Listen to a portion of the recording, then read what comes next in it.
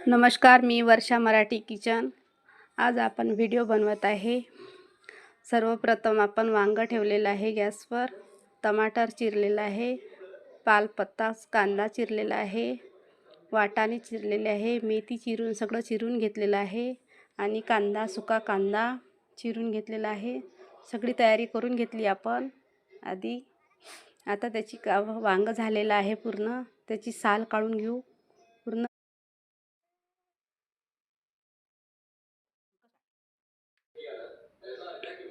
वांगं खूप छान झालेलं आहे। आता आपण लसणाची पाकळी चिरून घेऊ, थोडी मिरची चिरून घेऊ। आता चिरचिर झालेलं आहे सगळं।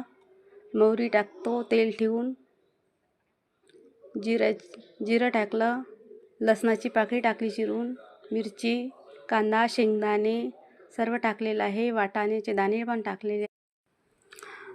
आता फिरून घेऊ छान। हळदी पावडर, नमक, टमाटर वगैरे सर्व टाकलेलं आहे। आता वांगं झालेलं आहे तर ते टाकून देऊ। आपण बारीक करून घेतलेलं होतं त्याच्यात मी आता सर्व आपले साहित्य टाकून देऊ चिरलेले। बघा किती सुंदर कलर आलेला आहे। मी फिक्का केलेला आहे। तुम्हाला लाल तिखट लागलं तर लाल तिखट टाकू शकता। मी तर हिरवी मिरचीचंच केलेलं आहे। आणि मला सबस्क्राइबर करा, लाईक